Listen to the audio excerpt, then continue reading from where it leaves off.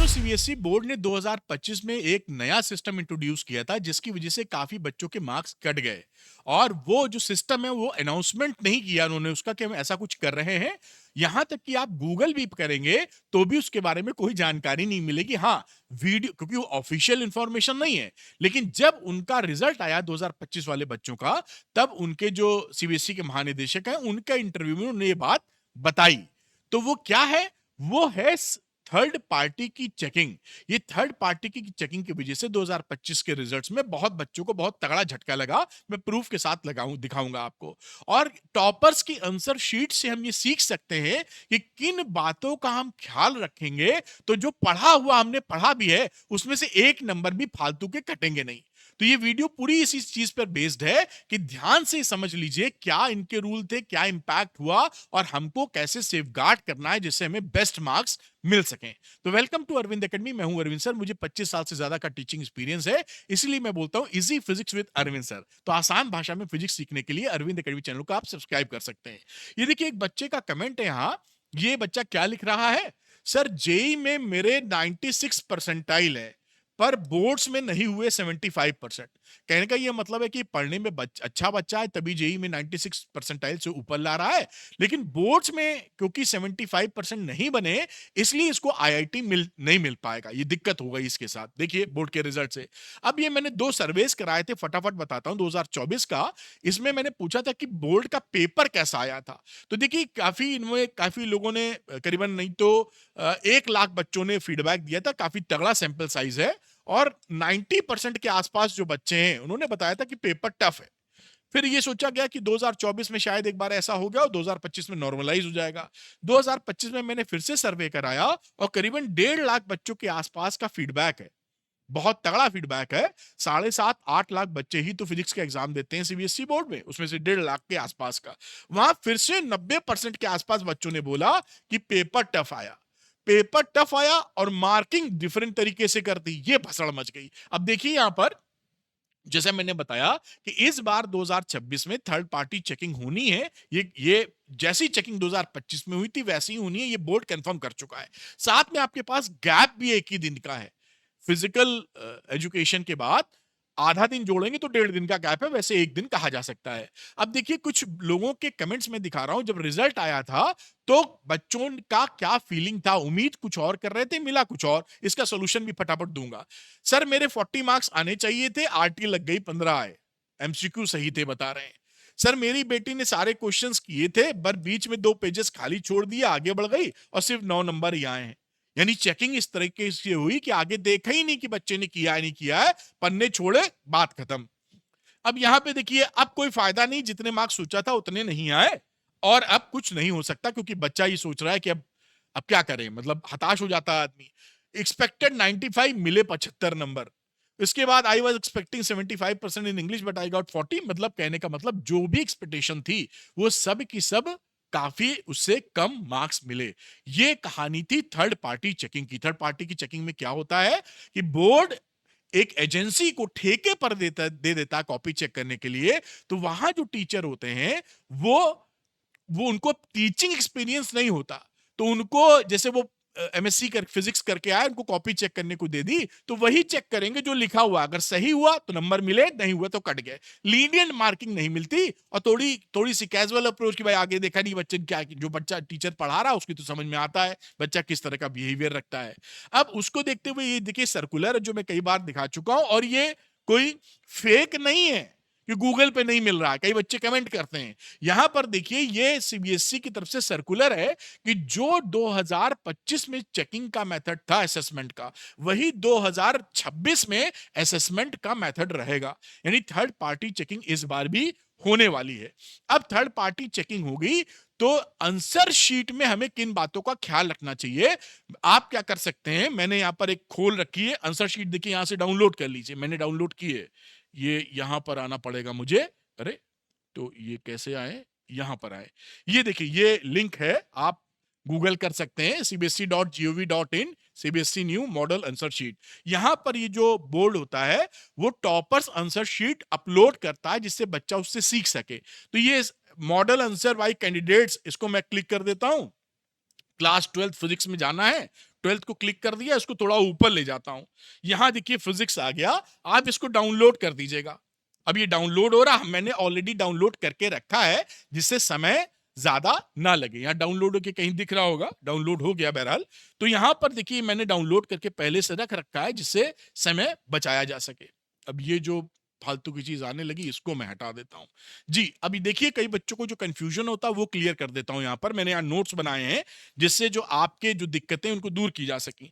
पहली बात, कई बच्चे पूछते हैं ये टॉपर की आंसर शीट है, एमसीक्यू के लिए बच्चे पूछते हैं क्या वर्किंग दिखानी है, तो इस बच्चे ने देखिए इसमें वर्किंग नहीं दिखानी है। आपका जो सही आंसर हो एबीसीडी वो लिख दीजिए, बाजू में आंसर। अब इस पे लिख पाएंगे क्या हम, यहां से कहीं आता था लेकिन पता नहीं ये कुछ और ही है।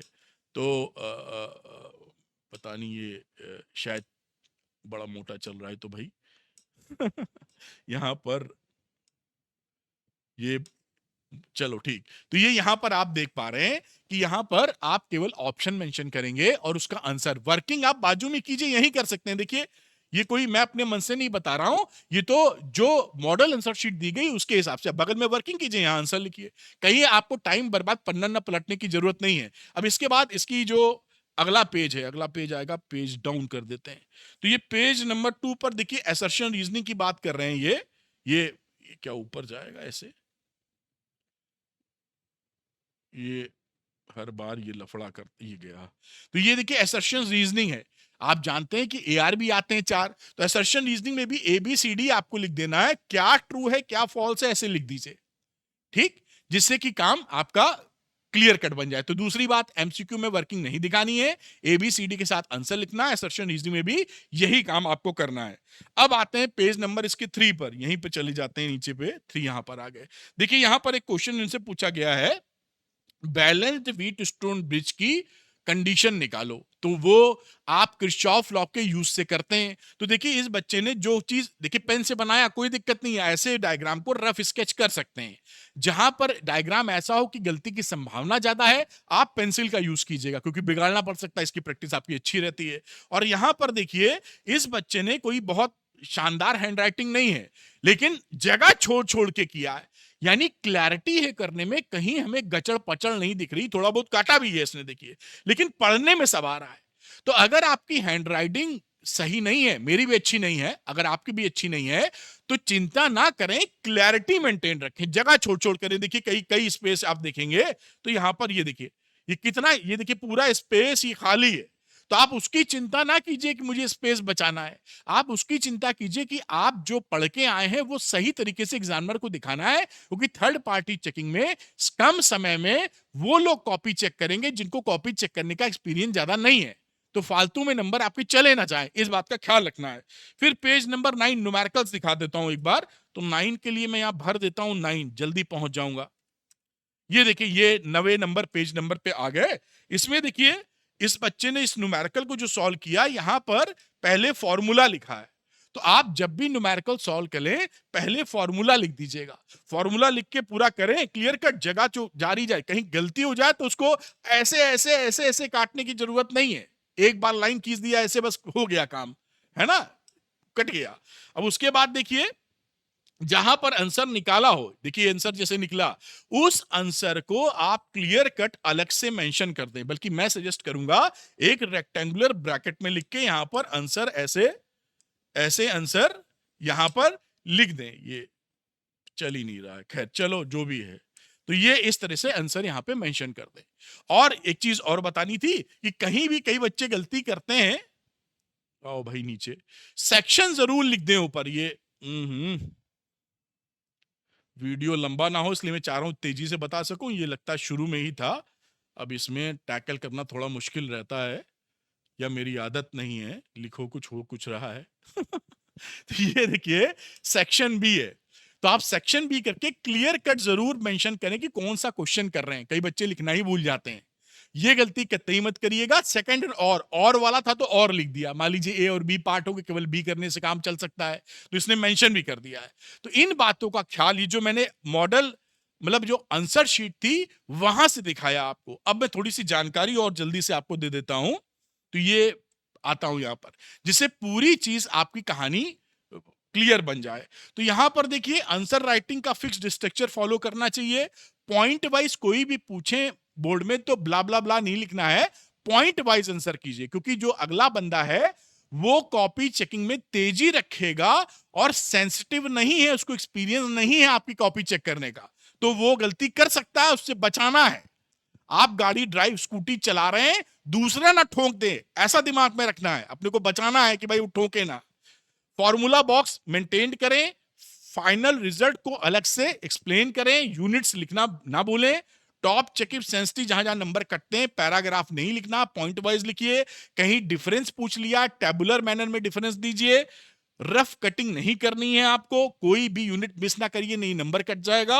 और मैंने आपको बताया कि एजेंसी प्रूफ कॉपी चेकिंग का मतलब होता है कि आप ये मान के चलें कि आपका नंबर काट लेगा टीचर, आपको बचाना है, तो जो बेस्ट तरीका है वो अपनाया जाना चाहिए। इस तरीके से आप कर सकते हैं। जेई नीट की कई बच्चे तैयारी कर रहे होते हैं तो केवल एमसीक्यू की प्रैक्टिस करते हैं, ध्यान रखिएगा बोर्ड एग्जामिनेशन में एमसीक्यू तो आएगा ही आएगा, असर्शन रीजनिंग भी आएगा, केस स्टडी भी आएगा, डेरिवेशन भी आएगा और सब्जेक्टिव न्यूमेरिकल सब आएगा। तो इसकी प्रिपरेशन, क्योंकि ऐसा ना हो कि आप जेई में 97 परसेंटाइल लाके खड़े हो जाए 98 और बोर्ड्स में 75 रहने से दिक्कत हो जाए, ये ध्यान रखिएगा। तो थोड़ी बोर्ड की अंदाज में बोर्ड की प्रिपरेशन कर लीजिएगा। अब इतनी ये जो कुछ चैलेंजेस हैं जिनके बारे में आपको बताता रहता हूं, पढ़ाई को लेके कुछ कोर्सेज है जो आपकी मदद कर सकते हैं। जैसे आप 10 साल के पीवाईक्यूज लगाते ही लगाते हैं, एनसीईआरटी एग्जाम्पल और एक्सरसाइज भी लगाते हैं, आप डेरिवेशंस भी ले, इनके सबको एक जगह कर दिया ऑल इन वन में। अगर आपको कहीं दिक्कत लगती है आप मदद ले सकते हैं। दूसरा कंपिटेंसी क्वेश्चन बैंक, ये 24 नंबर का आता है, स्कूलों में कम प्रैक्टिस होती है, मदद लेनी है तो इसके अंदर मैंने एनसीईआरटी एग्जाम्पलर के एमसीक्यूज भी रिकॉर्ड कर दिए हैं, जैसे आपको तकलीफ ना हो, एक ही जगह सब मिल जाए। ये रिवीजन के लिए मैंने बना दिया, कई बच्चों को फास्ट रिवीजन करना है तो नोट्स हैं, ये हैंड रिटन प्लस कुछ टाइप्ड, डेरिवेशन भी है, थ्योरी नोट्स हैं, फॉर्मूला शीट है, एनसीईआरटी वीडियोस हैं, एग्जांपल एक्सरसाइज। कई बच्चों का ये कहना होता है सर एग्जाम के लिए तीनों चीजें इंपॉर्टेंट है, क्योंकि पीवाईक्यूज भी लगाएंगे, एनसीईआरटी भी लगाएंगे, डेरिवेशन भी, कंपिटेंसी क्वेश्चन भी और रिवीजन भी करेंगे। तो आप अलग अलग कल को लेंगे तो थोड़ा सा फीस पड़ सकती है ज्यादा, उसका भी तोड़ मैंने निकाल दिया। द्रोणा के अंदर ये तीनों कोर्स मैंने इंक्लूड कर दिए, बंडल कर दिए। तो किसी भी बच्चे को पूरा सपोर्ट चाहिए तो द्रोणा ले सकता है, इसमें वीडियो लेक्चर्स भी पूरे सिलेबस के मौजूद हैं। यही नहीं, माइंड मैप्स और सैंपल पेपर भी मौजूद है इसके अंदर विद इंपॉर्टेंट क्वेश्चंस। तो आप द्रोणा देख सकते हैं, जो भी कोर्स आप देखना चाहते हैं, द्रोणा या ऑल इन वन या कंपिटेंसी या सुपर नोट्स कॉम्बो, उसको आप अरविंद एकेडमी ऐप को डाउनलोड कर लीजिए, लिंक मिलेगा डिस्क्रिप्शन में, उसके स्टोर सेक्शन में जाइएगा, वहां पर द्रोणा आपको दिखाई पड़ेगा, लेकर अपनी पढ़ाई को आगे बढ़ा सकते हैं आप। इस वीडियो को अगर आपने पसंद किया है तो लाइक कीजिए, शेयर कीजिए और मुझे फीडबैक दीजिए कमेंट सेक्शन में कि क्या चैलेंजेस आप फेस कर रहे हैं। कोई भी चेंजेस अगर आते हैं सीबीएसई में तो बेहतर होता है कि हम पहले ही तैयार हो जाएं, जिससे हम बेहतर अपने पढ़ाई के नंबर ले सके। रिजल्ट तो लेना ही है अच्छा, और मुझे उम्मीद है आप जरूर अच्छा लेके आएंगे। Thank you very much. Arvind academy channel को सब्सक्राइब करना मत भूलिएगा। गॉड ब्लेस यू बेटा, बाय।